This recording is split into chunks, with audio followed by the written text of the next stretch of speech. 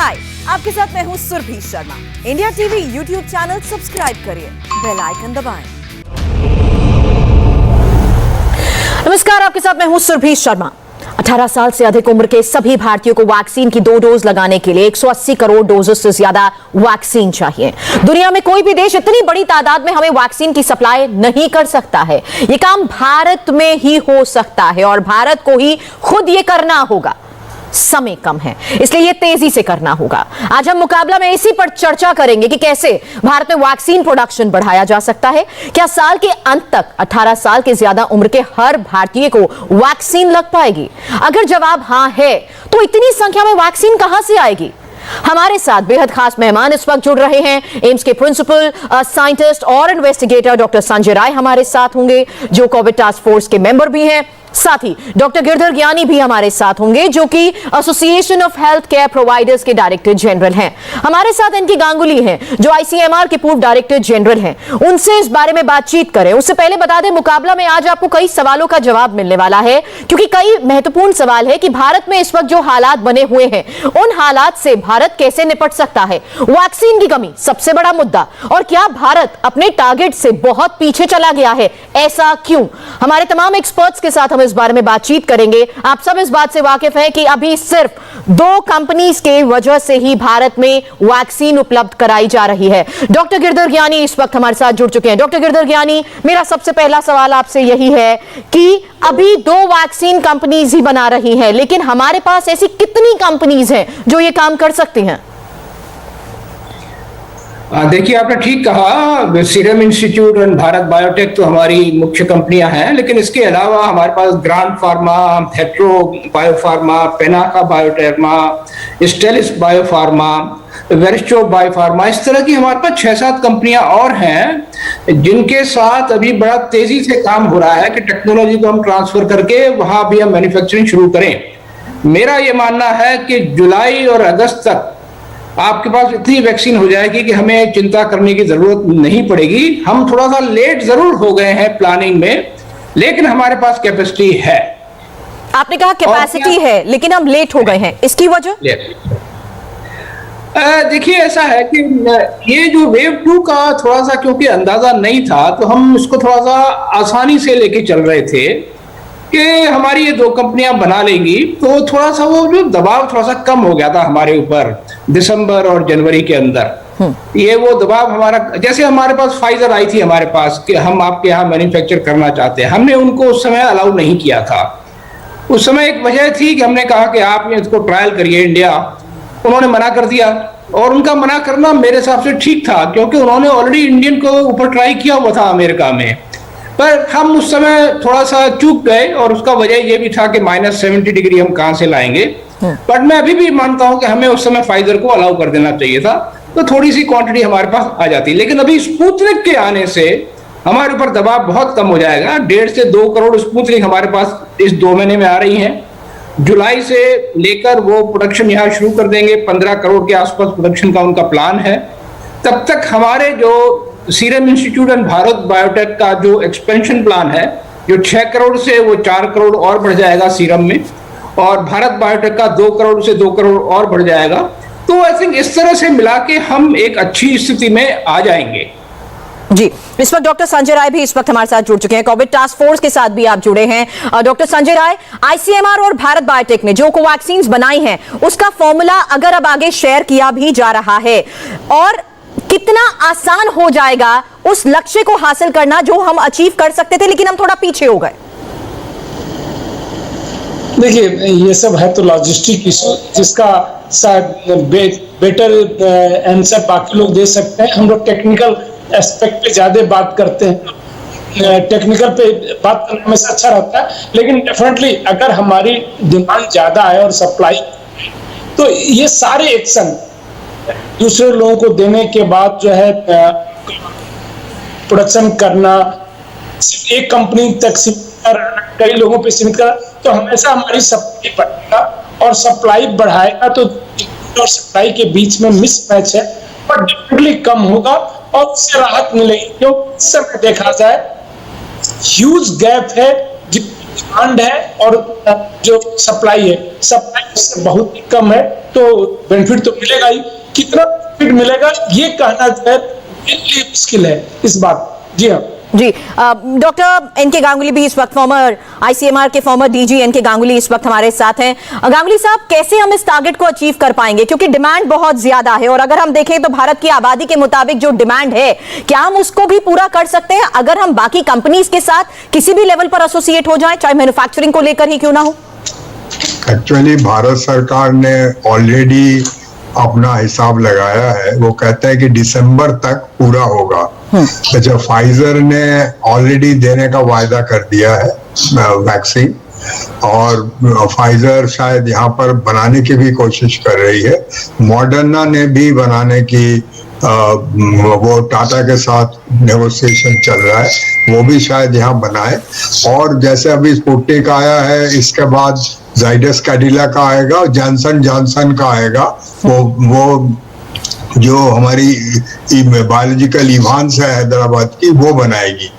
तो जो आपने यहाँ पर लिस्ट बनाया था कि सारी कंपनी बना देंगी, उनमें कुछ कंपनियों में तो जो अभी क्षमता ही नहीं है, उनके पास वो जो जीएमपी प्रोडक्शन की फैसिलिटी नहीं है।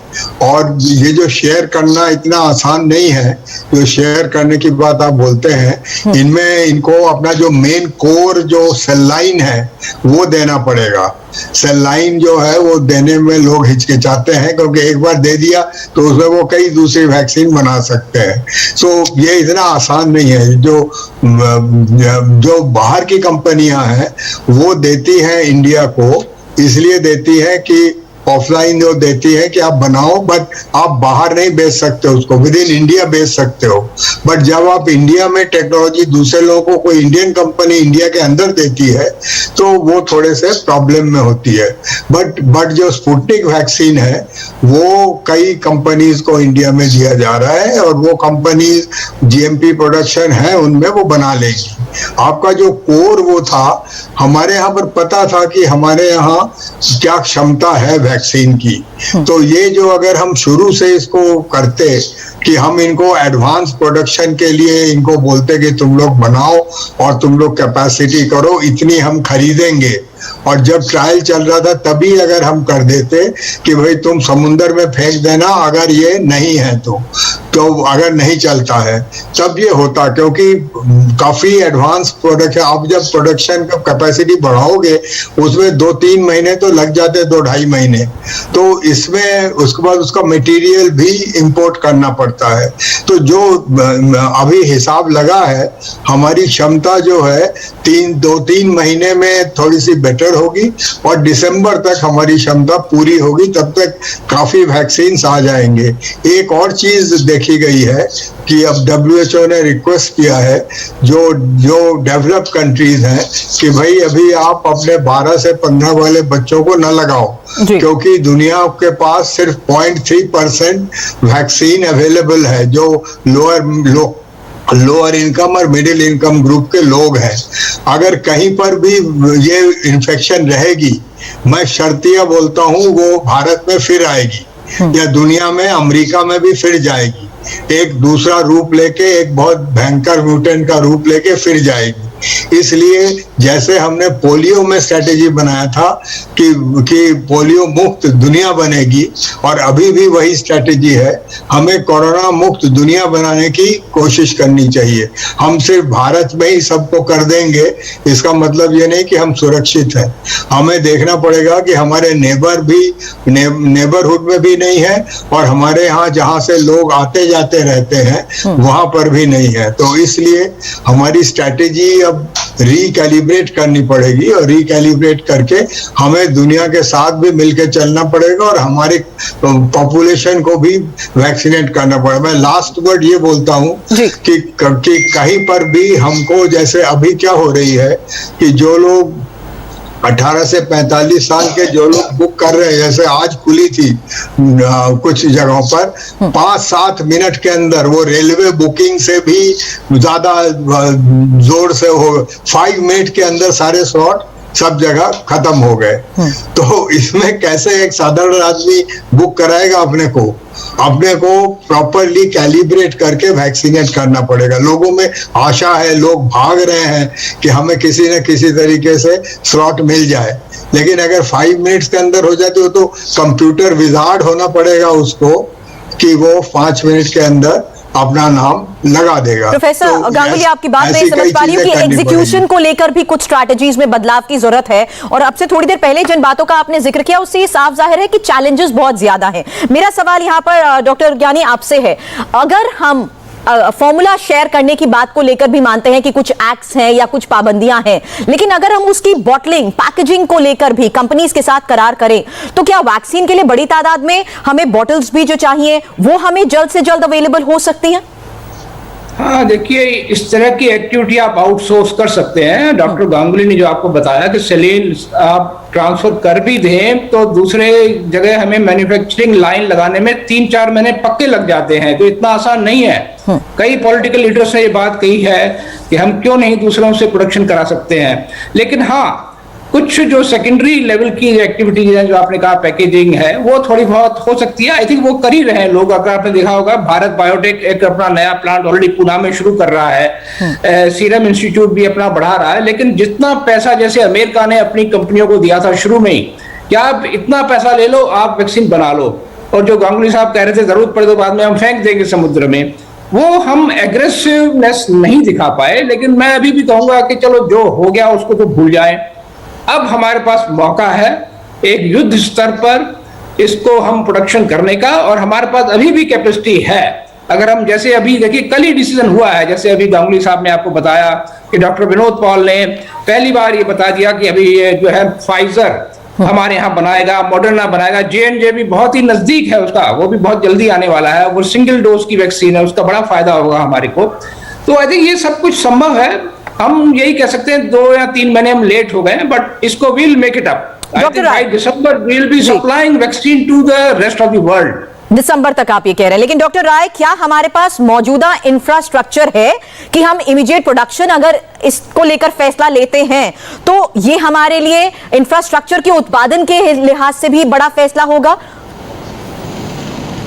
नो डाउट, ये तो बड़ा फैसला होगा।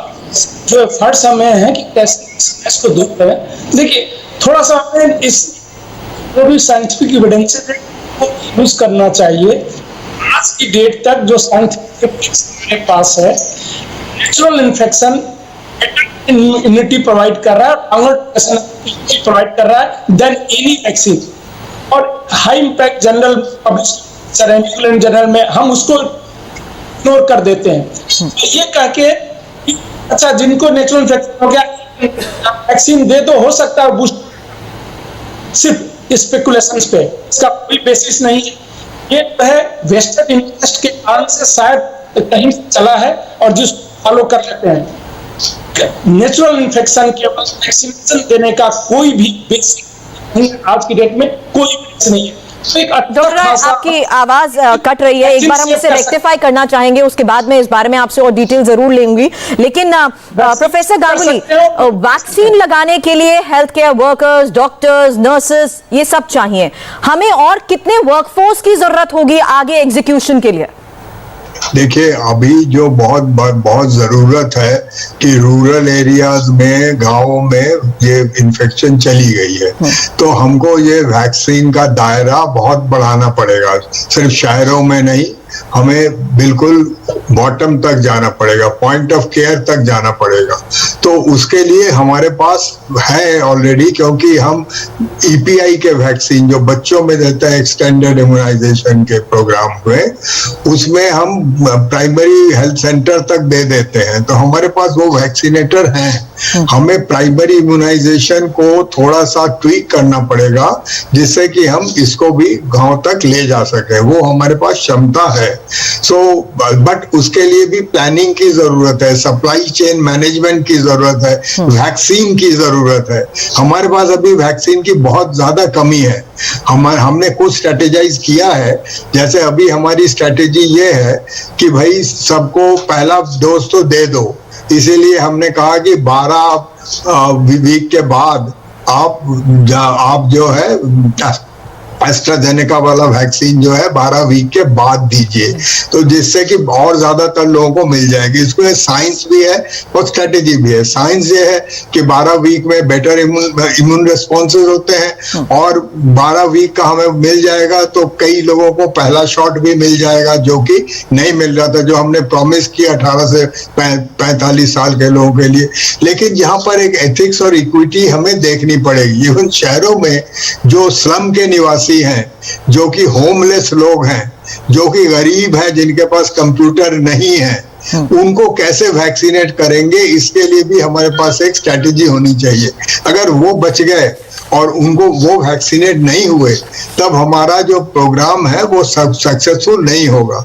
हमें किसी तरीके से ऐसा वैक्सीनेशन का इंतजाम करना पड़ेगा कि जो लोग कंप्यूटर जिन्होंने कभी देखा ही नहीं है, जैसे इवन हम जो है, हम कंप्यूटर अभी यूज कर रहे हैं, सब कुछ कर रहे हैं, लेकिन अगर हमें कोई बोले कि आप जरा रजिस्टर करो कोविन, उसमें अपना सेंटर ढूंढ के, तो मुझे वक्त लगेगा, मैं नहीं कर पाऊंगा रजिस्टर। तो ये जो चीज है ये लोगों के जहन में आनी चाहिए, और उसके लिए हमें मददगार सेंटर्स की जरूरत चाहिए जहां पर कि लोग पहुंच जाएं और वो लोग रजिस्टर हो जाएं। पहले ये था कि आप वॉक इन करो और आपको हो जाएगा, बट अब वो वॉक इन वाला सिस्टम नहीं हो रहा है, क्योंकि बहुत ज्यादा भीड़ हो रही है। जो लोग वैक्सीनेट लगाने जा रहे हैं, वैक्सीन लगाने जा रहे हैं, वो इन्फेक्शन लेके वापस आ रहे हैं, क्योंकि इतनी भीड़ हो रही है। वो व्यवस्थित रूप से होना पड़ेगा, तो उसके लिए हमें व्यवस्था करनी पड़ेगी। जी डॉक्टर गांगुली, यहाँ हमने कई अहम, डॉक्टर यानी से मेरा इस बात को लेकर सवाल है, जो प्रोफेसर गांगुली ने बात कही है, ग्राउंड चैलेंजेस बहुत ज्यादा है, और एक हकीकत ये भी है जो स्टेट्स के सामने, बड़े स्टेट्स के सामने चैलेंज रहा है कि जो सप्लाई चेन है, कई ऐसे एरियाज हैं जहां तक दवाई भी नहीं पहुंच पाई है। ऐसे में इस डिमांड को कैसे पूरा कर सकते हैं हम? और दूसरा बड़ा सवाल उस बात को लेकर भी है, जिन लोगों को फर्स्ट डोज मिल चुकी है, अब गैप ज्यादा हो गए हैं क्योंकि वैक्सीन की कमी हो चुकी है, इसलिए दूसरी डोज के लिए भी इंतजार। देखिए, हमारी एसोसिएशन, जो कि सबसे बड़ी एसोसिएशन है अस्पतालों की, हमने 3 घंटे का वैक्सीनेटर्स को ट्रेन करने का प्रोग्राम बना लिया है ऑनलाइन। क्योंकि जैसे डॉक्टर गांगुली ने बताया, हमारे पास वर्कफोर्स है, उनको सिर्फ थोड़ा सा रीओरिएंट करना पड़ेगा, तो उसके लिए हमने ये प्रोग्राम तैयार कर लिया है, नंबर 1। नंबर 2, हमने आज ही स्पुतनिक के साथ, जैसे भारत मतलब डॉक्टर रेड्डी लैब के साथ एचपीआई ने एक करार साइन किया है, जिसमें हमारे थ्रू वैक्सीन जो है वो हॉस्पिटल को जाएगी। और वहां पे हमने क्योंकि देखा -20 डिग्री का रिक्वायरमेंट है, ये एक बड़ी दिक्कत वाली बात है, क्योंकि हमारे अस्पतालों में जहां जहां ब्लड बैंक नहीं है, वहां पे -20 डिग्री उनके पास नहीं होता है। तो हमने ये भी एक आइडिया लिया है कि 15 से 20 हजार के बीच में जो रेफ्रिजरेटर आता है वो -20 तक इसको मेंटेन कर सकता है। तो हम क्विकली ये कोशिश कर रहे हैं कि हमारे टीयर 2 रादर टीयर 3 सिटीज में और गांवों में वो रेफ्रिजरेटर अगर हम मुहैया करा दें अस्पतालों को, तो ये स्पुतनिक वहां पे हम स्टोर कर सकते हैं। जहां तक बाकी सप्लाई है, SIL और भारत बायोटेक में हमारा रिक्वायरमेंट टेम्परेचर कोई है ही नहीं, तो हमने इनको ट्रेन करने का माध्यम बना लिया है, और स्टोरेज का, सप्लाई चेन का भी हमने एक कोशिश कर लिया है। अब सिर्फ हम इंतजार कर रहे हैं कि स्पुतनिक की बड़ी खेप जो आ रही है 1.5 से 2 करोड़ वाली, वो कितनी जल्दी आया है और हम उसको कितनी ज्यादा लगा दें। एक और मैं बात जोड़ना चाहूंगा कि जो 65 साल से ऊपर का हमने एक फेस में किया था, उसमें करीब 5.5 करोड़ लोग उसमें हमने वैक्सीनेट किए थे। तो 45 से 60 तक वालों को वहां पे 5.5 करोड़ वैक्सीनेट किए थे, वो धीरे धीरे हुए थे। अब हमने 50 करोड़ जनता है करीब 18 से 45 के बीच में, उसको एक साथ खोल दिया है और वैक्सीन हमारे पास है नहीं। तो ऑब्वियसली ये जो बड़ी दिक्कत वाली बात है, और अभी देखिए आज तारीख तक सिर्फ 50 लाख लोग वैक्सीनेट हो पाए इस एज ग्रुप के अंदर। तो आई थिंक यहाँ पे हो सकता है स्ट्रेटजी ये हो सकती थी, उसको 2 ग्रुप में बांट सकते थे कि मान लीजिए 30 साल से लेकर 45 के बीच में पहले करें, या कुछ मतलब इसमें हम किया जा सकता था। कोई बात नहीं, कोई जल्दबाजी कर गए हैं, let us see, we will find some solution. Doctor Rai, states अपना प्लान बना रही हैं, प्लान्स लगाने की बात कर रही हैं, प्रोडक्शन को लेकर भी बात कर रही है, क्या आपको नहीं लगता एक नेशनलाइज प्लान होना चाहिए इसको लेकर? मेरी आवाज शायद बीच में जा नहीं रही थी, शायद कुछ टेक्निकल प्रॉब्लम था, अब आवाज शायद आ रही है। बिल्कुल, अब ठीक है। उसके पहले देखिए, वैक्सीन देने के लिए मैं डॉक्टर गांगुली साहब से एक सवाल पूछना चाहता हूं। उन्होंने इसकी बात की थी स्लम एरिया की, कि वैक्सीन देने की जो प्रायोरिटी होनी चाहिए कि ससेप्टेबल पॉपुलेशन कौन है। जो वैक्सीन के अभी एविडेंसेज आ रहे हैं सीवियरिटी को कम कर रहा है, दोनों ही वैक्सीन जो हिंदुस्तान में लग रही हैं, लेकिन इन्फेक्शन को रोकने में यह उतना सक्षम नहीं है। स्लम एरिया का भी जो भी डेटा हमारे पास है, ये लग रहा है कि अच्छा खासा पॉपुलेशन जो है उनका इन्फेक्ट हो रहा है, और ये दर्शाता है कि इतनी भयंकर वेव में भी वहां से केसेस नहीं आ रहे हैं, धारावी से केसेस नहीं आ रहे हैं, दिल्ली के स्लम एरिया से उतने केसेस नहीं आ रहे जितने दूसरी जगह से आ रहे हैं जहां पहले नहीं हुए थे। तो नेचुरल इन्फेक्शन जो है उनको अगर हो गया है, तो इवन अगर उनमें अगर कम भी रहता है, भी प्रायोरिटी उन लोगों को देनी चाहिए जो ससेप्टेबल पॉपुलेशन है। अगर हमें रोकना है नेक्स्ट वेव की जिसकी हम बात कर रहे हैं, तो ससेप्टेबल पूल को कम करना पड़ेगा। ऑलरेडी इन्फेक्टेड पूल को कम करने की जो है, जहां तक मुझे लगता है, तो इसीलिए मैं डॉक्टर गांगुली से पूछना चाहता हूं कि क्या ससेप्टेबल पूल अभी हमें लगता है कि वह है, क्योंकि केसेस नहीं आए, इतनी भयंकर इन्फेक्शन रेट के बाद भी अगर केसेस वहां से नहीं आ रहे हैं, ये दर्शाता है। पहले आप देख लीजिए फर्स्ट वेव में मेजॉरिटी ऑफ केसेस जो है इन्हीं एरिया से आ रहे थे, तो ये दर्शाता है कि वहां पे ससेप्टेबल पूल ऑलमोस्ट खत्म हो गया है। तो वहां पे अभी हमारा फोकस नहीं होना चाहिए। मैं इसलिए सब कह रहा हूं कि हमें जो है जो डिमांड सप्लाई मिसमैच है उसको दूर करना चाहिए, ससेप्टेबल पॉपुलेशन पे ध्यान देना चाहिए, न कि ऑलरेडी जो इम्यून पॉपुलेशन है और नेचुरल, ये लगता है कि उनको नेचुरल इम्यूनिटी हो चुका था। तो डॉक्टर गांगुली सर, मैं आपसे पूछना चाहता था इसलिए कि वहां पे नहीं भी हो रहा है तो भी हमारी प्रायोरिटी नहीं होनी चाहिए। एम आई राइट? एक्चुअली संजय जी, जो आप बोल रहे हो कि स्ट्रेटेजाइजेशन होनी चाहिए, और भारत सरकार ने ये स्ट्रेटेजाइज किया है अभी कि जिनको नेचुरल इन्फेक्शन हो गया है वो 6 महीने बाद में ले सकते हैं। लेकिन उसमें एक प्रॉब्लम है कि ये जो नेचुरल इम्यूनिटी जो है वो वैक्सीन इम्यूनाइजेशन से करीब 50 गुना कम होती है, और ये 3 महीने के बाद काफी नीचे गिर जाती है। हमें जब वैक्सीनेशन की स्ट्रैटेजी है, अभी अगर मुझे स्ट्रैटेजी बनाना हो तो जिनको वैक्सीनेट जो हो चुके हैं, जैसे HPV वैक्सीन यूके कर रही थी, वो एक लड़कियों को एक टैटू दे रही थी आर्म में, जैसा अमेरिका ने कहा कि भाई आप जिन्होंने वैक्सीनेट किया वो मास्क न लगाओ, बट 2/3 लोगों ने अभी वैक्सीनेट नहीं हुए, माने काफी लोग नहीं हुए, तो कैसे पता चलेगा? तो हम अगर उसी तरह, वो टैटू एक्चुअली सुई से टैटू नहीं थी, वो आप जैसे खोल के अपने हाथ में लगा लो तो इससे लगता है कि यू आर वैक्सीनेटेड और डबल वैक्सीनेटेड। तो इसी तरह से हमको जो लोग इन्फेक्टेड हुए हैं, कैसे पता चले कि वो लोग इन्फेक्टेड हुए थे कि नहीं हुए थे? काफी लोग तो टेस्ट नहीं करा रहे, इन्फेक्टेड हो रहे हैं लेकिन वो टेस्ट नहीं करा रहे, क्योंकि वो अगर टेस्ट कराएं तो वो सोचते हैं कि हम मुसीबत में पड़ेंगे, हमको घर के अंदर बंद होना पड़ेगा, खाना पीना नहीं होगा, इत्यादि इत्यादि। तो काफी लोग अपना इन्फेक्टेड हो रहे हैं लेकिन नहीं करा रहे। तो कैसे पता चलेगा? जो लोग सिर्फ टेस्ट कराए हैं और जिनका टेस्ट पॉजिटिव आया है उनको हम बता कर सकेंगे, लेकिन ह्यूज नंबर ऑफ लोग जो है जो टेस्ट नहीं करा रहे हैं उनका हमें पता नहीं चलेगा। तो हमें ये भी लोगों को बताना पड़ेगा कि प्लीज टेस्ट कर लो। और अभी जो घर घर में टेस्ट करने की सुविधा हुई है, गांव में, एटलीस्ट यूपी के गांव में इन्होंने अभी डिक्लेयर किया है, हमें ऐसा करना चाहिए कि अभी टेस्ट ऐसे आ रहे हैं, टेस्ट किट ऐसे आ रहे हैं जो कि लगाए जा सकते हैं। स्पुटम डायरेक्ट नाम का एक टेस्ट आया है जो कि लगाया जा सकता है, you can take it to the point of care. तो इस तरह से हमें घरों में स्वाब लेके या स्पुटम लेके हम सलाइवा लेके हमें करना चाहिए।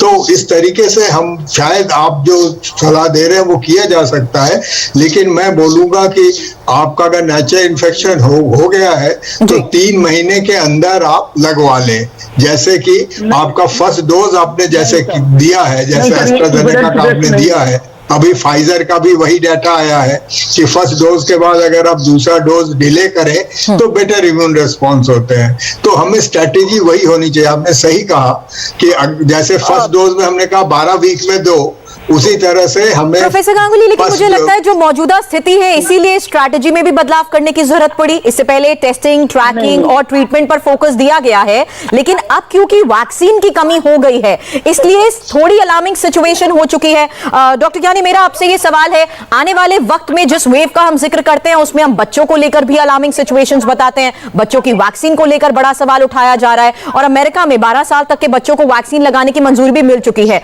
भारत में ऐसा कब तक होगा? क्या यह संभव हो पाएगा? और अगर डेटा की भी मैं बात करूं, 45 साल या उससे ज्यादा उम्र के 1/3 आबादी को अभी तक हम कवर कर पाए हैं। दूसरा जो प्रोफेसर भी जिक्र कर रहे थे कि लोगों की रीच ही नहीं है कि वो वैक्सीन जाकर लगवा सकें, और वैक्सीन की कमी, ये मल्टीपल चैलेंजेस कैसे डील करेंगे? देखिए, 45 साल से ऊपर की हमारी 20 करोड़ की जनता है, उसमें से 11-12 करोड़ को हम दे चुके हैं वैक्सीन। और बच्चों वाली समस्या निश्चित तौर पर भारत में आ गई। आज ही आपने उत्तराखंड में खबर पढ़ी है थोड़ी देर पहले कि वहां काफी बच्चे जो है इन्फेक्शन पाए गए हैं।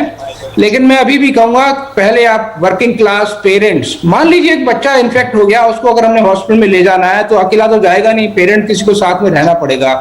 तो आई थिंक हमें बहुत जल्दी 3 महीने का हमारा टारगेट होना चाहिए, 3 महीने का, कि हम बाय एंड लार्ज सारी जनता को कवर करें। और उसके लिए अगर स्ट्रेटेजी अभी भी बनानी है तो मैं कहूंगा 30 से 45 वालों को पहले दे दो, या दूसरी स्ट्रेटेजी के frontline worker, for example hotel employ, आपके बैंक कर्मचारी, टीचर्स हुए फॉर एग्जांपल, इनको आप वैक्सीनेशन कर सकते थे, like treating them like a frontline worker. तो कुछ स्ट्रेटेजी में बदलाव हम कर सकते हैं अगर हमारे पास सप्लाई इस समय लिमिटेड है।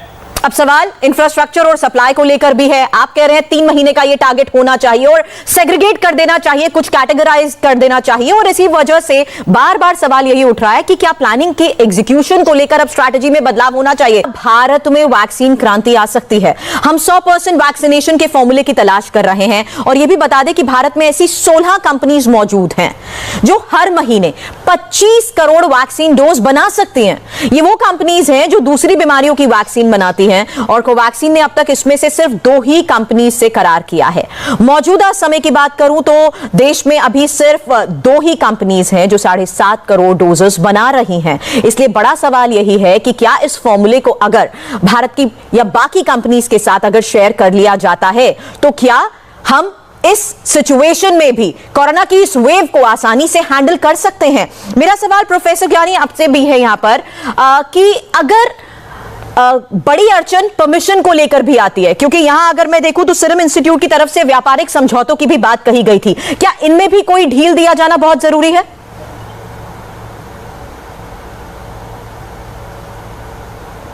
डॉक्टर ज्ञानी, हेलो। हाँ, क्या आप सवाल फिर से बताएंगी? सीरम इंस्टीट्यूट की तरफ से भी ये कहा गया था कि व्यापारिक समझौतों का बहुत दबाव है। मेरा सवाल ये है कि इस वक्त जो सिचुएशन है वैक्सीन निर्माताओं के सामने, आपको क्या लगता है, क्या बड़ी दिक्कत सामने आ रही है उनके? अब नहीं, देखिए एक बात तो है, देखिए आपकी जो प्रोप्राइटरी होती है, जिसके ऊपर आपने इतना काम किया है, रिसर्च एंड डेवलपमेंट, आपको इतना आसानी से आप उसको अपने ऐसे अलग नहीं कर सकते जब तक आप अश्योर्ड नहीं हो कि आपको उस तरह उसका कंपनसेशन मिल रहा है या उसकी देखभाल की जा रही है। तो आगे इसमें हम किसी को दोष नहीं दे सकते, हमें इसका प्रैक्टिकल तरीका निकालना पड़ेगा, और वो निकाल लिया गया है। Let me also tell you, और ये आप शीघ्र देखेंगे कि जितना संभव होगा बाकी कंपनियां इसका मैन्युफैक्चरिंग शुरू कर रही हैं under the technology transfer. Doctor Rai, क्योंकि हम चैलेंजेस की बात कर रहे हैं तो मेरा अगला सवाल है, कोरोना वैक्सीन बनाने के लिए बायोसेफ्टी लैब 3 या BSL 3 होना कितना जरूरी है? बड़ा चैलेंज है ये भी। डेफिनेटली सेफ्टी को लेकर कोई कॉम्प्रोमाइज नहीं किया सकता। मैं एग्जांपल दे दूं, जैसे भारत बायोटेक की वैक्सीन इनएक्टिवेटेड है, अगर सेफ्टी का थोड़ा सा चूक हुआ, मतलब मान लीजिए जो उसको हम इनएक्टिवेट कर रहे हैं उसमें थोड़ी सी अगर प्रॉब्लम आ गई तो वह कल जो है कोविड को फैलाने लगेगा। इसलिए जो है ये स्टैंडर्ड को मेंटेन रखना बहुत ही जरूरी होता है, चाहे BSL 3 हो। तो बायोसेफ्टी का कंसर्न को हमेशा एड्रेस करना होता है। और दूसरा, आप वहाँ वायरस से डील कर रहे हैं, वहाँ के लोगों में भी जो है वैक्सीन से रिलेटेड चूंकि काम कर रहे हैं, वायरस से खतरा रहता है फैलने का, तो इसलिए उस पर तो कोई कंप्रोमाइज नहीं किया जा सकता है। क्योंकि अगर कहीं जाके बाद में ये आ गया कि नहीं, इस virus because of poor quality वह जो है पूरी तरीके से इनएक्टिवेटेड नहीं था, वह लाइट था, और कुछ लोगों को उसने जो है कोरोना देना शुरू कर दिया। हो सकता है किसी बिल्कुल अलग म्यूटेंट टाइप दे, तो कुछ भी संभव है, इसलिए इस पे तो ध्यान देना चाहिए। But sir, doctor Ganguly sir, आपने कहा 3 महीने तक, अच्छे पब्लिकेशन से बड़े सैंपल साइज पे हैं। New England journal of medicine में 12,000 हेल्थ केयर प्रोवाइडर को उन्होंने 7 महीने तक फॉलो किया। अगर मैं इफिकेसी कैलकुलेट करूं आप सिम्टम्स और सीवियरिटी, तो 100% है उतने बड़े सैंपल साइज में of natural infection for 7 month. Infection prevention अगर आप कर लें, क्योंकि 2 लोगों को सिर्फ पॉजिटिविटी आई थी RT-PCR, और वो हर 15 दिन पे कर रहे थे। कोई भी हमारा क्लिनिकल ट्रायल डिजाइन नहीं था उस एड्रेस करने को कि इन्फेक्शन कितना रोकता है। नेचुरल इन्फेक्शन का अगर मैं देखूं तो सिर्फ 2, मतलब 95% इफिकेसी है, और वह देखने को भी मिल रहा है। तो इतने बड़े ट्रायल को जो ये है एविडेंस को हम इग्नोर करके और छोटे छोटे स्पेकुलेशन की संभावनाओं की बात करते हैं। आज की डेट में जो एविडेंस है वो ये है कि नेचुरल इन्फेक्शन बेटर प्रोटेक्ट और उससे लॉन्गर ड्यूरेशन ऑफ प्रोटेक्शन कर रहा है। 7 मंथ तो था, बट जैसे सार्स और मर्स में है अप टू 2 to 3 ईयर्स, इसमें भी लगता है कि 2 to 3 ईयर्स रहेगा। और उसका ये है कि जहां जहां फर्स्ट वेव में केसेज आए, जिन स्लम एरिया से केसेज आए, इस समय ना आना, जबकि इतना हाईली इन्फेक्शियस वायरस रहते हुए भी उसका एक प्रमाण है जो ऑब्जर्व भी हम कर रहे हैं। और जो ऑलरेडी पब्लिश लिटरेचर है उस पे अगर मैं कहूं तो नेचुरल इन्फेक्शन जैसा नहीं किसी वैक्सीन की इफिकेसी है नहीं। लेकिन इसका मतलब ये नहीं कि हम नेचुरल इन्फेक्शन देंगे। भाई लोगों की डेथ हो रही है, सीवियरिटी बढ़ रही है, हॉस्पिटलाइजेशन बढ़ रहा है, जिनको नहीं हुआ है उनको देने की जरूरत है। जिनको हो गया 6 महीने का भी मैं नहीं मानता, वह भी गलत है। आज की एविडेंस पे कहा जाए तो वह जब तक एविडेंस ये न जनरेट हो जाए कि री इन्फेक्शन हो रहा है और सीवियरिटी हो रही है। देखिए संकट अभी भी बना हुआ है ना, इसीलिए बात अब डिमांड को लेकर हो रही है, क्योंकि वो डिमांड पूरी नहीं हो पा रही है वैक्सीनेशन की कमी को लेकर। प्रोफेसर गांगुली, यहाँ पर ये चेतावनी तो पहले ही दे दी गई थी ना कुछ महीने पहले कि कच्चे माल की कमी को लेकर भी आने वाले दिनों में ये दिक्कत पैदा हो सकती है। बड़ा सवाल ये भी आता है कि इंटेलेक्चुअल प्रॉपर्टी राइट या पेटेंट अधिकार का भी है। जिस कंपनी ने वैक्सीन बनाई है उसे इसका रिवॉर्ड तो मिलना ही चाहिए। इसको लेकर भी क्या कोई फॉर्मूला हो सकता है प्रोफेसर गांगुली? एक्चुअली पहले मैं 1 सेकंड लूंगा। संजय जी ने एक सवाल उठाया है, उसका जवाब ठीक से मिलना चाहिए। एक्चुअली टी सेल इम्यूनिटी 2 साल 2.5 साल तक वो मेमोरी रहती है। वो सिंगापुर के पुराने सांस डाटा से कई डाटा से मिला है। लेकिन जो न्यूट्रलाइजेशन एसेज जो टेस्ट ट्यूब में किए, अभी हमारे पास वैक्सीन के बाद अवेलेबल है डाटा। वैक्सीनेशन के बाद 6 महीने से 7 महीने 8 महीने तक का डाटा अवेलेबल है। और वैक्सीनेशन की जो इम्यूनिटी है वो 6-8 महीने तक अभी तक बरकरार है। लेकिन जो नेचुरल इन्फेक्शन के बाद जो फॉलोअप हुए हैं, कई पब्लिकेशंस हैं, क्योंकि उसमें उस हिसाब से नहीं होता। ये जो वायरस है ये थोड़ा सा अजीब सा है, डिफरेंट लोगों को डिफरेंट तरीके से इन्फेक्ट करता है। उसमें उतनी ज्यादा इसमें नहीं होती, उससे जो वैक्सीनेशन से कम होती है। और 3 महीने तक तो ठीक रहता है। उसके बाद और एक हमें यूनिफॉर्म पॉलिसी करनी पड़ेगी कि आपने पहला इंजेक्शन दिया तो 12 वीक तक आप दे रहे हैं, वो वैक्सीन में भी हमें देखना पड़ेगा। लेकिन जो उसी तरह से हमें नेचुरल इन्फेक्शन के बाद भी अगर हम 12 वीक करते तो यूनिफॉर्मिटी रहेगी, लोगों को याद रहेगा। ये हम लोग नॉर्मली ऐसे करते थे कि 2nd डोज के लिए कोई दवाई या कोई चीज देनी होती थी, हम कहते पे डे में करो, महीने के 4 हफ्ते बाद करो, लोगों को याद रहेगा कि भाई तनख्वाह लेने जा रहे हैं, इस वक्त हमें लेना है, क्योंकि कई लोगों को पता नहीं चलता। अब जो आपका जो रियल सवाल है कि भाई वैक्सीन की जो कमी है उसको कैसे हम पूरा करें, तो ये आपने संजय जी से पूछा था। संजय जी ने ठीक जवाब दिया था कि जो भारत बायोटेक वाला जो वैक्सीन है उसके लिए हमें BSL-3 की फैसिलिटी की जरूरत है, क्योंकि वो लाइव वायरस को ग्रो करके उसको इनएक्टिवेट करता है। वो अगर कम्युनिटी में चला गया तो एक हैवॉक हो जाएगा। ऐसा एक बार हो चुका है इंडिया में। पोलियो वैक्सीन जब हमारे पास पोलियो 2 नहीं थी, मैं कंपनी का नाम नहीं लूंगा, एक कंपनी उसे बना रही थी इंजेक्टेबल पोलियो वायरस, तो तब पोलियो नहीं थी तो उसके चारों तरफ पोलियो 2 का एक हो गया था, क्योंकि that escaped in the community. So इसलिए कुछ वैक्सीन में जो कि लाइव वायरस से डील करते हैं BSL-3 होना बड़ा जरूरी है। जो लाइव वायरस से नहीं करते हैं, जो कि क्लोन लेके काम करते हैं और किसी वेक्टर के ऊपर उसको लगाते हैं, वहां पर इतनी जरूरत नहीं है। तो ये हमारे पास अभी ये जो आपने लिस्ट लगाई थी, वो सारे लोग अभी सब वैक्सीन नहीं बना पाएंगे। जैसे अगर भारत बायोटेक देती है हाफकिन को, सपोज हाफकिन में मशेलकर कमेटी का मैं मेंबर था, हमने उस वक्त बोला था कि GMP, हम लोगों की कमेटी थी, GMP फैसिलिटी बनाओ, तो उसके लिए ये महाराष्ट्र गवर्नमेंट का है, उनको काफी पैसे उसमें लगाने थे। उसमें लगा कि नहीं लगा पता नहीं, बट एक फैसिलिटी हमारे पास है अभी जो आपने लिखा हुआ है, HLL चिंगलपुट की फैसिलिटी। ये एक 400-500 करोड़ की फैसिलिटी है। इस फैसिलिटी में बहुत बढ़िया GMP फैसिलिटी है। मैं ये तो नहीं कहूंगा कि BSL-3 फैसिलिटी है, बट ये GMP फैसिलिटी है। इसको कन्वर्ट करने में ज्यादा टाइम नहीं लगेगा। इसमें मैं बोलूंगा कि भारत बायोटेक को या दूसरे कंपनीज को कंट्रैक्ट में दे दो, लेट देम प्रोड्यूस। यहाँ पर अभी कुछ खास प्रोडक्शन नहीं है, तो हम बोलेंगे कि इन फैसिलिटीज को कंट्रैक्ट में दे दो, जिससे कि जो प्राइवेट कंपनीज है जिनके पास रिसोर्सेज है वो बना सके। दूसरी चीज आपने अभी एक कही थी, जो आप ही ने कहा था, वो बहुत बढ़िया सजेशन था भाई, ड्रम इंपोर्ट करो। ड्रम इंपोर्ट करने के बाद थोड़ा सा उसमें वायबिलिटी देखना पड़ता है, और फिल एंड फिनिश करो। फिल एंड फिनिश लाइन हमारे यहाँ बहुत सारे कंपनीज में हैं, और वो GMP प्रोडक्ट, GMP फैसिलिटी के हैं।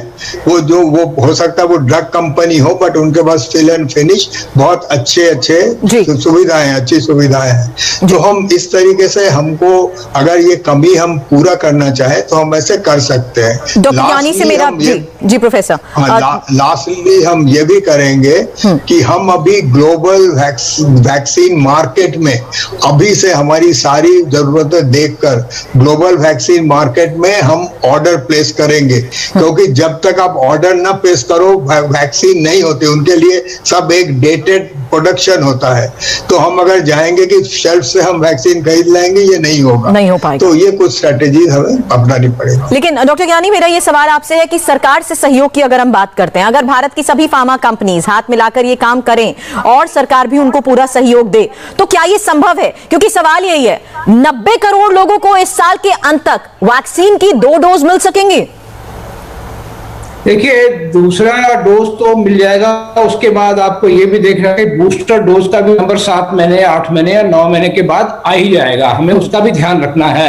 लेकिन मेरा पूरा भरोसा है कि दिसंबर तक हम इस बात में बिल्कुल निश्चित हो जाएंगे कि हमारी पूरी जनता को अच्छी तरह से वैक्सीन मिलेगी। जहां तक मुझे लग रहा है कि हम विदेशों को भी वैक्सीन दे पाएंगे। लेकिन एक छोटी सी बात मैं कहूंगा, हमारे दोनों मेरे जो मित्र यहाँ हैं इस समय, कि हमें साथ साथ उपचार के ऊपर भी ध्यान देना है। जैसे अभी RDO ने बनाया है 2DG जो हमें बनाई है दवाई, हमें अस्पतालों में अगर हम उसकी सप्लाई जल्दी कर पाए तो ये वैक्सीन आने में टाइम लग रहा है। तब तक हम उपचार में, क्योंकि जो डेथ हो रही है, मोर्टेलिटी इस बार बहुत ज्यादा है, हमें उसकी भी चिंता करनी चाहिए। और हमारे साइंटिस्ट जो कर रहे हैं इस समय, जायडस ने भी बनाया है, DRDO ने भी बनाया है, अगर ये दवाइयां हम जल्दी ले आए तो हम शायद इस मोर्टेलिटी को बचा पाएंगे। जी, तो यानी आप कह रहे हैं टेस्टिंग और ट्रैकिंग को लेकर तो काम होता आया है, अब फोकस ट्रीटमेंट पर भी और ज्यादा होना चाहिए, क्योंकि जहां हम चेन ऑफ ट्रांसमिशन को तोड़ने की कोशिश कर रहे हैं, वहीं इन्फेक्टेड लोगों को अगर सही ट्रीटमेंट भी मिल जाए तो वो भी बहुत कारगर। कोरोना वैक्सीन का संकट दूर कैसे होगा और इसकी डिमांड कैसे पूरी होगी, और वैक्सीन प्रोडक्शन को बढ़ाने पर अब जोर दिया जा रहा है। लेकिन भारत वैक्सीन उत्पादन क्षमता देश की जनसंख्या के हिसाब से नाकाफी नजर आ रही है। और डॉक्टर राय, वैक्सीनेशन की जब बात होती है तो एक नंबर आता है 70% का, और यही कहा जा रहा है कि अगर आपने 70% अपनी आबादी को वैक्सीन लगा दी है तो सेफ्टी लेवल्स बढ़ गए। इस लेवल तक हमें पहुंचने में कितना वक्त लगेगा? जब 70% जिस रफ्तार से हम चल रहे हैं, तो और जैसा डॉक्टर गिरधर ज्ञानी ने भी कहा कि दिसंबर तक जो है हम पूरा कर लेंगे टारगेट। तो हमें लगता है कि अगर सारी कंपनीज को हम बनाने के लिए ऑफर कर दें, और भी इन 2 के अलावा भी जैसे स्पुतनिक आ रही है और बाकी आएंगे, तो शायद इस साल के अंत तक हमें पूरा कर लेना चाहिए। लेकिन मैं इसका जो टेक्निकल पहलू बताऊं, जो हम ये 70% की बात हर्ड इम्यूनिटी की करते थे कि वैक्सीन से अचीव होगा, कि वह ये मान के करते थे कि इन्फेक्शन रोकेगा। वैक्सीन जो है सीवियरिटी रोकने में है, इन्फेक्शन को रोकने में काम उतना कारगर नहीं है। अगर इन्फेक्शन को रोकने में कारगर नहीं है तो 70% का फार्मूला जो है उस पर नहीं चलेगा। 70% का फार्मूला उसके लिए था कि शायद नेचुरल और ये मिला के अगर हम 70% पॉपुलेशन को इम्यूनाइज कर देते हैं तो इन्फेक्शन चूंकि प्रोपगेशन नहीं होगा, क्योंकि इनडायरेक्ट वे में बाकी 30% जो बचे लोग होंगे उनको रोकेगा। और यही कंसेप्ट होता है हर्ड इम्यूनिटी को पूरा करने के लिए कि हर्ड इम्यूनिटी है। बट अगर इन्फेक्शन प्रोपगेट होता ही रहेगा इन लोगों में भी, आपस में भी, और ये दूसरों को दे सकते हैं, तो उसका जो है अब बहुत माने 70% 80% का नहीं रह गया है। अब है कि सभी लोगों को इम्यूनाइज करना पड़ेगा। वो हर्ड इम्यूनिटी जो है का जो कंसेप्ट था 70% का, इस समय जो है वो बेमानी है। उसकी मेरे लिए मुझे नहीं लगता कि उसकी कोई मीनिंग है।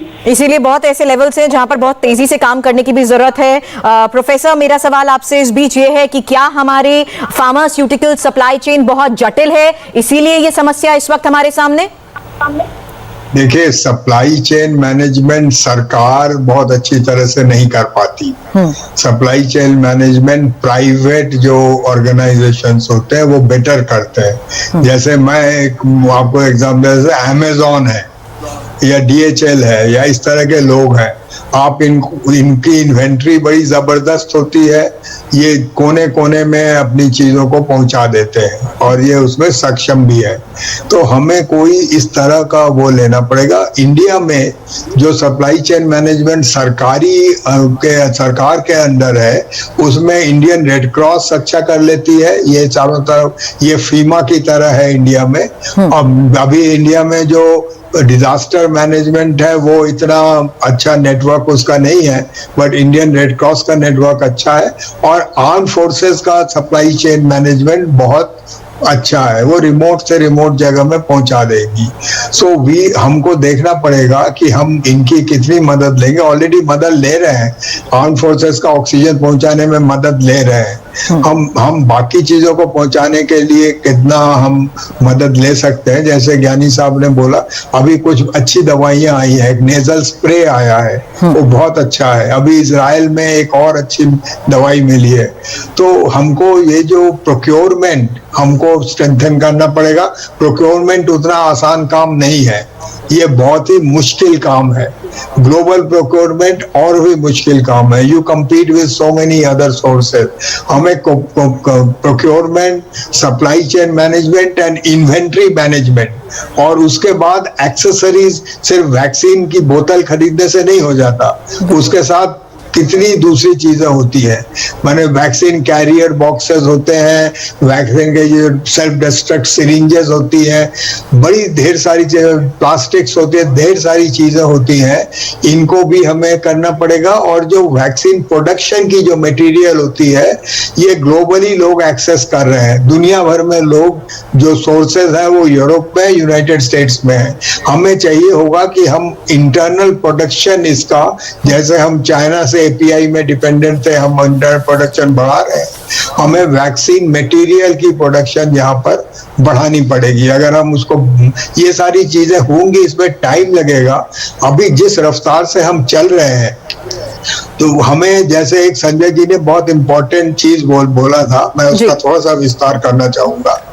जैसे टोनी फाउची के साथ जो बात हुई है, उससे वो बोलते हैं कि 70%, मैं बिल्कुल इनसे सहमत हूँ, इस टाइप के इन्फेक्शन में ट्रांसमिशन रोकने में शायद उतना सक्षम न हो। 80 to 85% ये मीजल्स के अराउंड ये वाला मॉडल है, ये बना है। संजय जी इस बारे में थोड़े पब्लिक हेल्थ के आदमी है, इनको थोड़ा ज्यादा पता है। बट 80 to 85% करीब चाहिए है रोकने के लिए। लेकिन एक चीज ये भी है कि अगर हम दुनिया में देखें कि जिन कंट्रीज ने कंट्रोल कर लिया है, अब 16 कंट्रीज में अब उन्होंने बोला मास्क वगैरह नहीं चाहिए, मैं उससे सहमत नहीं हूँ कि नहीं चाहिए, लेकिन जो भी उन्होंने काफी कुछ खोल दिया है और इन्फेक्शन बहुत घट गई हुई है। इन लोगों ने करीब 50 से 70% तक ये पहुंचे हैं, इससे ज्यादा अभी इजराइल वगैरह 100% पहुंची है, सर्बिया पहुंची है, इसे 2-4 कंट्री पहुंचे हैं, पर ज्यादातर लोग 50 से 70% में सक्षम हुए इसे घटाने के लिए। तो घटाना का मतलब ये नहीं कि चला गया, जैसे हम लोग खुश हो रहे थे कि हमने घटा लिया, अमेरिका खुश हो रहा था कि बीच में हमने घटा लिया, वो एक प्लेटो में आती है। उसका मतलब ये नहीं कि वो एक ऐसे में चली जाती है कि सारे कंट्री में 40-45 केसेस हो रहे हैं, वो प्लेटो में जाते किसी वक्त भी वो उभर सकती है। और यही वजह है कि प्रोफेसर आज हमने कुछ उन तमाम चैलेंजेस को लेकर आपसे ये बात भी समझने की कोशिश करी जहां पर अब भी साइंस और स्ट्रैटेजी के हिसाब से कुछ बदलाव की जरूरत है, क्योंकि इन्हीं स्ट्रैटेजीज का ही ये नतीजा है कि आज हम उस स्थिति में हैं जहां पर वैक्सीन की कमी को लेकर भी सवाल उठ रहे हैं, जहां स्टेट अपने लेवल पर अपने चैलेंजेस भी नेशन के सामने रख रही है, लेकिन कुछ बदलाव अभी भी जरूरी है। और ये भी बहुत जरूरी हो चुका है कि हम आने वाले वक्त में कुछ और कंपनीज पर भी निर्भर करेंगे वैक्सीन प्रोडक्शन को लेकर भी। आप सभी ने हमें बहुत वक्त दिया, उसके लिए शुक्रिया। Thank you. Hi, I am Surabhi Sharma. खबरों से अपडेट रहने के लिए India TV YouTube channel subscribe करिए, साथ में बेल आइकन जरूर दबाएं। जुड़े रहें इंडिया टीवी के साथ।